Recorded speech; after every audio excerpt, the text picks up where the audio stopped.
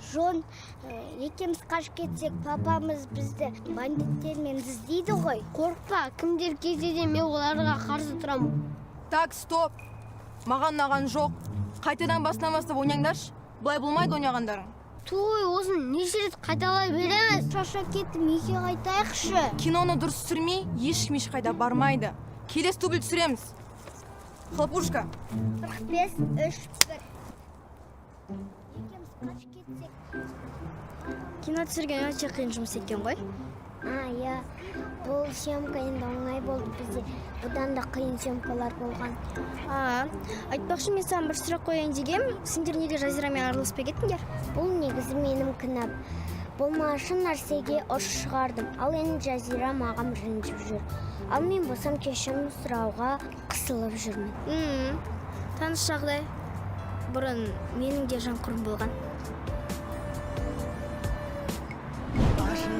Біздің қалаға кино келеді екен ғой.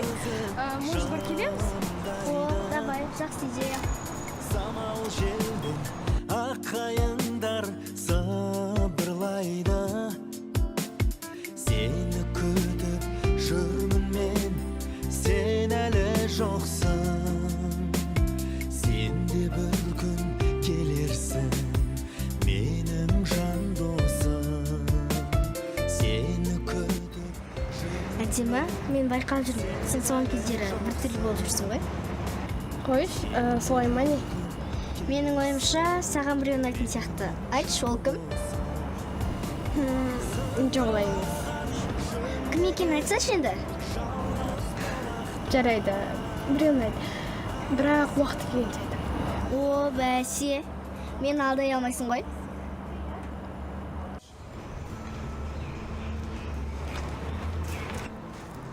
Сәлем, Әдемі. Ой, еркін қалайсың? Бұл маған ба? Жоқ, сен мен дұрыс түсінбей қалдың. Бұны Жайнаға бересің ба? Әппесе мен берсем, ол алмай қояды. Жарайды, берейін. Осаған. Қандай әдемі. Кім берді? Өзің білесің ғой. Әдемі, бәрі дұрыс па? Болған жоқ.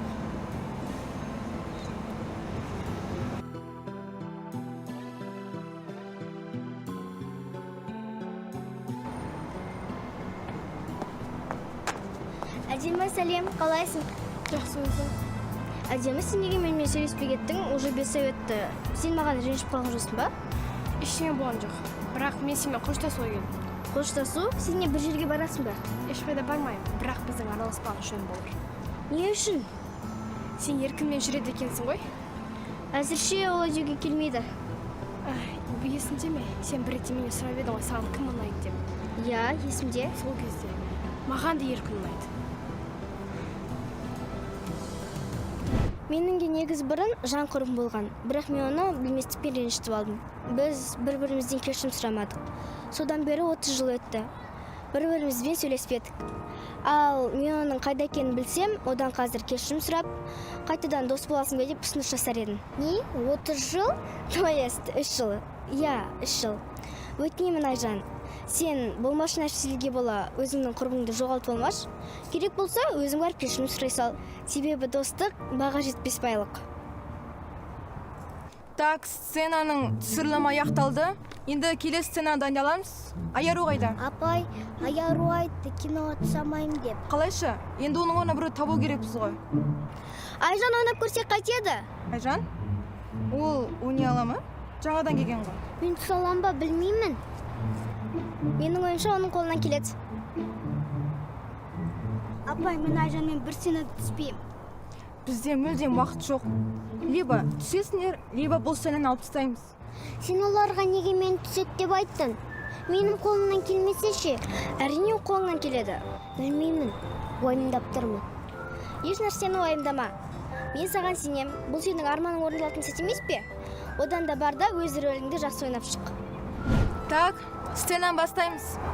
Айжан, сенің сценарийің қайда? Сөздеріңді ұмытып қалмайсың ба? Мен бәрін жаттап алдым. Шын ба? Сен сөздерің көп еді ғой. Молодец. Онда съемканы бастай берейік. Жайна, сен Айжанның орнына хлопушка бола аласың ба? Әрине.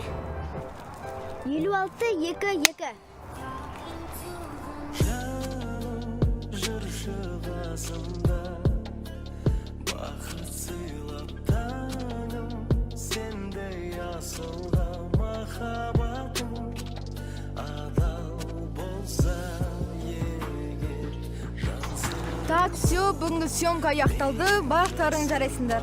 Айжан, сен молодецсің. Сені онда келесі жолы жақсы рөлге орналастыру керек деп ойлаймын. Иә, келісем. Күшті ойнайды екен. Мені неге мұнда алып келдің? Мен жай сенен кешірім сұрайын деп едім. Не үшін менен кешірім сұрайсың? Мен саған мүлде керек емеспін ғой. Басқа подругалармен жүре бермейсің бе? Я, мен сені ренжітіп алдым.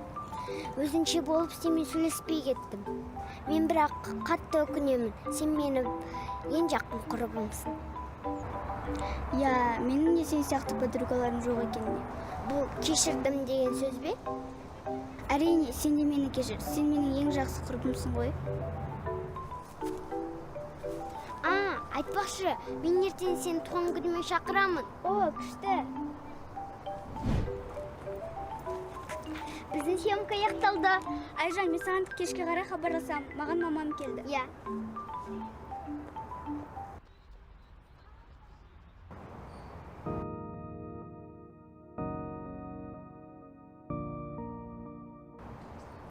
Сонда Жазираның анасы әдемі ма?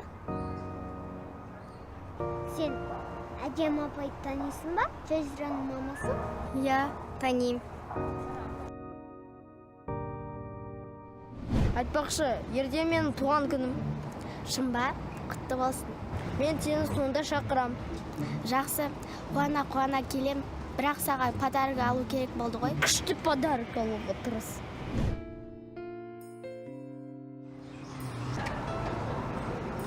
Сәлеметсіз бе?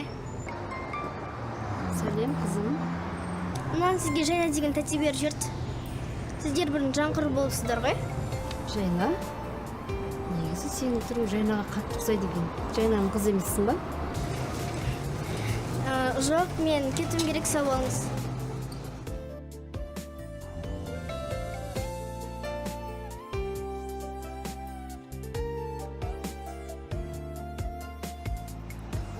Сәлем Жәнібек, қалың қалай?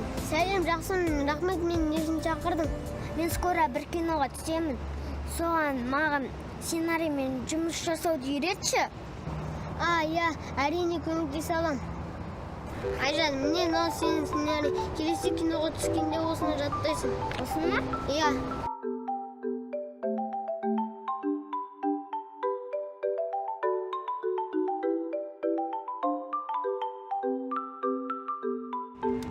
Рахмет Жәнібек, сен арқанда көп нәрсе үйрендім. Оқасы үлгі сұрағымен келсең болады. Мама мен папаға не болған? Білмеймін. Ауылда бір нәрсе болып қалмады ма? Онда бізге айтатын енді ғой. Жарайды, көп ұзамай келетін шығар.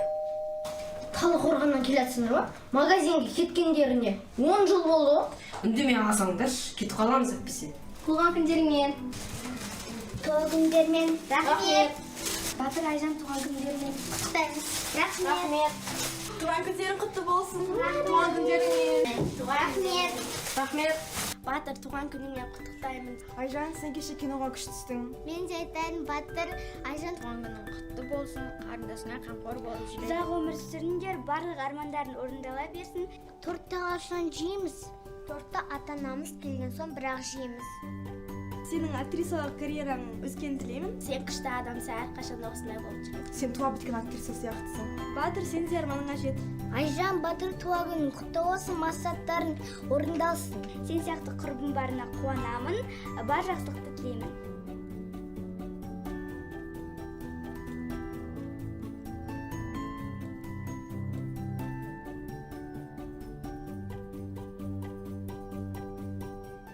Аға, меніңше ата-анамыз ажырасып кетті. Сонда олар біздің туған күнге де келмей ме? Ойындама, Айжан. Олар түнде келетін шығар.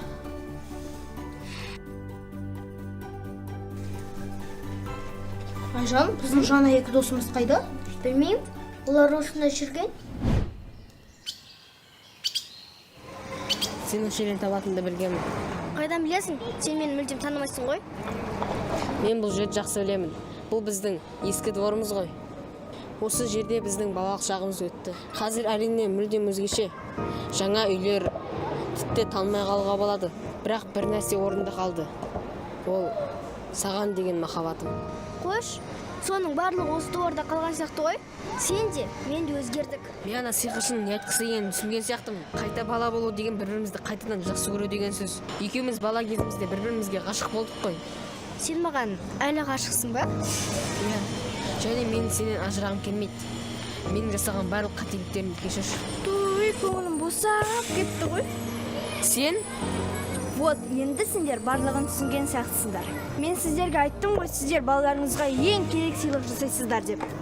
Егер сіздер қайттан қосылып, балаларыңызға жақсы ата-ана бола алсаңыздар, олар үшін бұл өте керемет сыйлық болады. Негізі рахмет саған кім болсаң да. Сенің арқаңда біз көп нәрсені түсіндік. Сен дұрыс айтасың. Біздің ата-анамыз бізді қалдырып кеткен сияқты. Кім айтты сендердің туған күндерін ұмытып кеттік деп, а? Алтындарым сол, туған күндеріңмен. Туған күндеріңмен, туған күндеріңмен, туған күндермен Батыр мен Айжан, туған күндеріңмен. Кәнеки үрлейміз. Ай, жарайсыңдар. Пап, сіздер жоқта біз күшті достар тауып алдық. Бірақ олар бізге айтпай кетіп қалды. Біз оларды көрдік. Және олар сендерге сәлем айтып жатыр. Олар неге бізге сау бол айтпай кетті? Олар бізге көп нәрсе үйретті. Иә, қызым, олар бізге де көп нәрсе үйретті.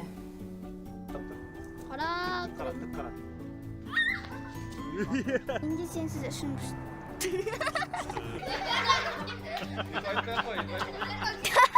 Телевизор қарай қалды. Таң қалып қара,